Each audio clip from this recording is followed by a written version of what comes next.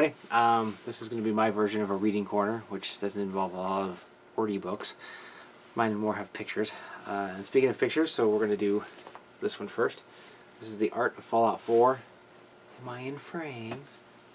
Yes, you are. Okay. There's a really good foreword by the art director of Fallout 4 in here, but this book is all the concept drawings of everything in Fallout.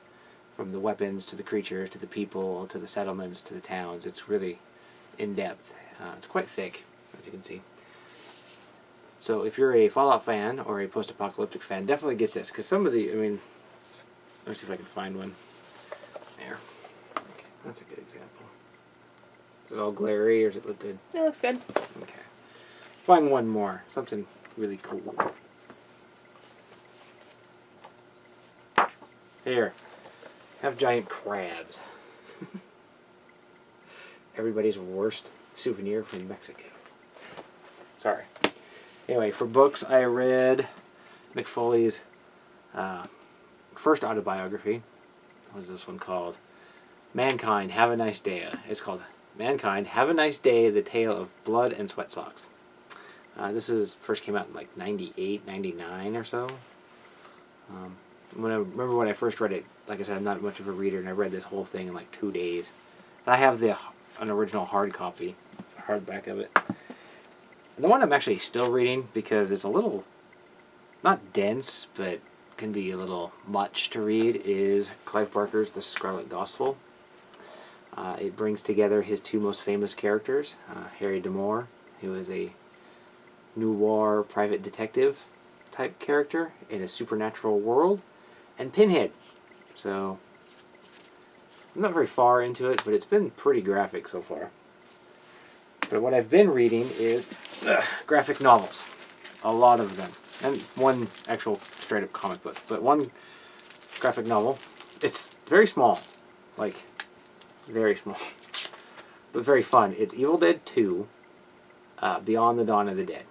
This is actually a DVD case, like a wrapper that you can fit in. It's so short and small. But it's pretty good. We first heard about this in 2015 at Seattle's Comic-Con, which is called the Emerald City Comic-Con. Got a poster and everything. So it's not so bad. This is only volume 1. I'll have to get the rest of the volumes. Then the actual comic book I read was the crossover of Punisher and Painkiller Jane. This was written by Garth Ennis, who is one of my favorite comic book guys. Responsible for a very successful run on Punisher. Love that one. And Preacher is the one that I know him from. That's where I was introduced to him, was Preacher. So, which you can now see on TV on AMC. Read the comic books, though, because the books are definitely different than the show. Good comic book. Basically two vigilantes. One cannot die, and the other one just kills people. Let's see, what else? Here, let's go with the oddball.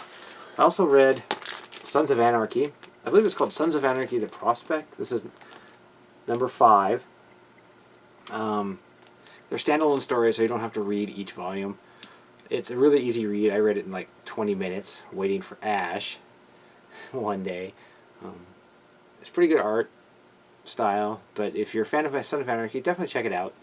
If you're not, why bother? Definitely check it out. It was a good read. Definitely shows, side stories to the club and stuff. So, all right. The big thing I have been reading has been Harley Quinn from the New 52. This is volume 1, Hot in the City. It's very goofy, filled with over-the-top violence, but Is that the one where they have a different art style with each? Yeah, I should tell you about at the beginning of it. They go through different artists' interpretations of Harley Quinn, and she picks which art style. Harley Quinn herself picks which one she wants.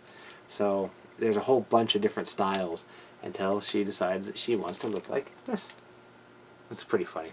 There's an image on the back of her beating up a kid. You'll have to read it to understand why. And then there's, which one is this? This is called Power Outage. It has Harley Quinn and the Joker fighting. on the island. It was weird because they really didn't explain it much about how she got there or anything. But yeah, that's right. And it also has her and Power Girl on the back, and that is Power Girl kind of falls from the sky and loses her memory, and Harley convinces her that they are a crime-fighting duo.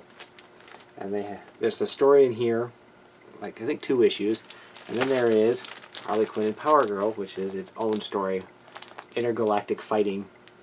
It's still pretty goofy. So the Harley Quinn and Power Girl's kind of a side story. Mm-hmm. It's a completely side story, and they even make reference into it about something about the 2 weeks, and this story is about those 2 weeks. Yeah, they disappear for 2 weeks in the canon, and this story explains where they went. It's pretty interesting. So, and then we have Volume 3, Kiss Kiss Bang Bang. Oh, Kiss Kiss Bang Stab. Sorry. I haven't actually read all of this one yet. It's pretty. I mean, it's Harley Quinn and her burnt stuffed beaver. Don't ask. You have to read to understand that. And the last one is Harley Quinn's Greatest Hits. Now this one is just a collection of the best stories of pre-52 stuff. Her introduction, a story between her, Poison Ivy, and Catwoman. This is a pretty good one. It's not related to anything that happens before. It's pretty cheap. I think I paid only like $8 for this one. So it's pretty good. So if you're going to see the Suicide Squad movie, maybe find out where Daddy's little monster started. So I guess that's pretty much it for now. We're working on a couple of big projects right now. We're doing a Versus movies, 2 movies that are the same. In fact, they're the same title. And what else are we doing? I totally forgot. We're slowly working on the season of the series. Yeah, season of the series. We're trying to get through a season of a TV show and then give an overview of that show. So, but our time has been limited lately. So, anyway, until next time, check us out at pornnerds.com, porn-nerds.com, or you can follow us at Ash and Leigh on Twitter. So, until next time, bye.